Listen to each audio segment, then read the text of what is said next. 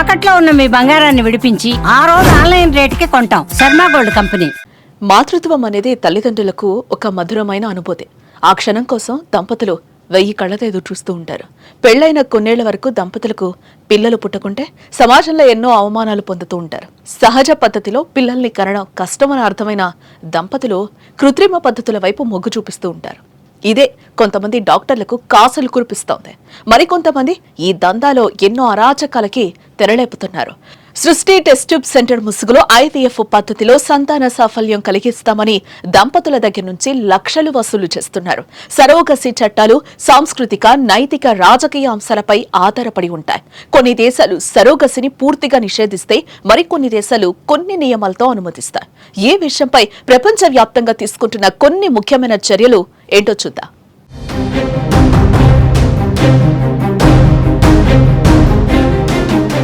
Spain, Portugal, Bulgaria, France, Germany వంటి దేశాలు commercial సరోగసిని పూర్తిగా నిషేధించాయి. ఈ దేశాలు నైతిక, సామాజిక కారణాల వల్ల సరోగసిని నిషేధించినట్లుగా చెప్తున్నారు.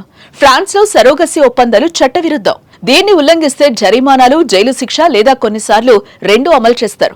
ఆస్ట్రేలియా, కెనడాలో వాణిజ్య సరోగసి నిషేధించబడింది.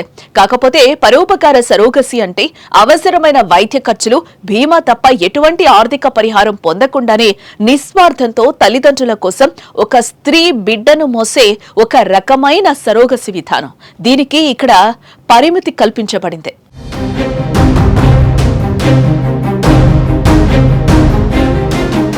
ఇక అమెరికా విషయానికి వస్తే ఇక్కడ రాష్ట్రాల వారీగా ఈ సిస్టమ్ అమలవుతుంది. కాలిఫోర్నియా, ఇలినాయిస్ వంటి రాష్ట్రాలు వాణిజ్య సరోగసిని అనుమతిస్తాయి. న్యూయార్క్ వంటి కొన్ని రాష్ట్రాలు గతంలో కమర్షియల్ సరోగసిని నిషేధించాయి. కానీ 2021 నుండి కొన్ని ఆంక్షల మేరకు అనుమతిస్తాయి. యుక్రెయిన్ వాణిజ్య సరోగసిని అనుమతించే కొన్ని దేశాల్లో ఒకటే.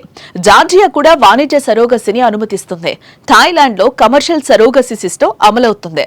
2015లో సరోగసి కుంభకోణాల తర్వాత ఈ సిస్టమ్ ని పూర్తిగా నిషేధించారు. నిస్వార్థ సరోగసి మాత్రమే అనుమతించబడుతుంది. అది కూడా థాయ్ పౌరులకు మాత్రమే. భారతదేశం కూడా గతంలో వాణిజ్య సరోగసికి కేంద్రంగా ఉండేది. 2018లో సరోగసి రెగ్యులేషన్ బిల్లు ద్వారా కమర్షియల్ సరోగసి నిషేధించబడింది. ఇప్పుడు నిస్వార్థ సరోగసి మాత్రమే అనుమతించబడుతుంది. ఒకవేళ చట్ట వ్యతిరేకంగా సరోగసిలో పాల్గొన్న లేదా ప్రోత్సహించిన వ్యక్తులకు 7 సంవత్సరాల వరకు జైలు శిక్ష, 10 లక్షల రూపాయల వరకు జరిమానా విధించవచ్చు. సరోగసి ఒప్పందంలో మోసం, బలవంతం లేదా తప్పుడు సమాచారం ఇవ్వడం వంటి చర్యలు చేసినట్లయితే అది చట్టవిరుద్ధం. అలాంటి వారిపై 3 నుండి 7 సంవత్సరాల జైలు శిక్ష, జరిమానా విధించబడచ్చు. సరోగసి కోసం ప్రకటనలు ఇవ్వడం నేరం. అలా చేస్తే 5 సంవత్సరాల వరకు జైలు శిక్ష మరియు జరిమానా విధించే అవకాశం ఉంది. జన్మించిన శిశువును విక్రయించడం, దుర్వినియోగం చేయడం లేదా సరోగసి కోసం తల్లిని బలవంతం చేయడం వంటి చర్యలు తీవ్రమైన నేరాలు. అలా చేస్తే 10 సంవత్సరాల వరకు జైలు శిక్షతో పాటు భారీ జరిమానా చెల్లించాల్సి వస్తుంది. సరోగసి పేరుతో మానవ అక్రమ రవాణా, బలవంతపు గర్భధారణ లేదా ఇతర నేరాలకు పాల్పడితే భారతీయ శిక్షా స్మృతి IPC సెక్షన్ కింద కేసులు నమోదు చేయబడచ్చు. ఇందులో IPC సెక్షన్ 370 మానవ అక్రమ రవాణా లేదా సెక్షన్ 420 మోసం వంటి నిబంధనలు వస్తాయి. ఇది రుజువైతే 7 సంవత్సరాలు లేదా అంతకన్నా ఎక్కువ శిక్ష పడే అవకాశం ఉంది.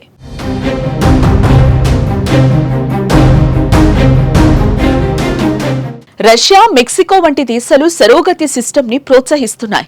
రష్యాలో కమర్షియల్ సరోగసి చట్టబద్ధం. మెక్సికోలో కొన్ని రాష్ట్రాలు వాణిజ్య సరోగసిని అనుమతిస్తాయి. ఇదిలా ఉంటే అంతర్జాతీయ సరోగసి ఒప్పందాలను నియంత్రించడానికి Hague conference on private international law పనిచేస్తుంది. సరోగసి ద్వారా జన్మించిన పిల్లలు చట్టపరమైన హోదా, జంటల హక్కులను స్పష్టం చేయడానికి చర్చలు జరుపుతుంది. ప్రపంచ ఆరోగ్య సంస్థ WHO సరోగసికి సంబంధించిన ఆరోగ్య సంరక్షణ విధానాలను మెరుగుపరచడానికి దేశాలకు సహాయం చేస్తుంది.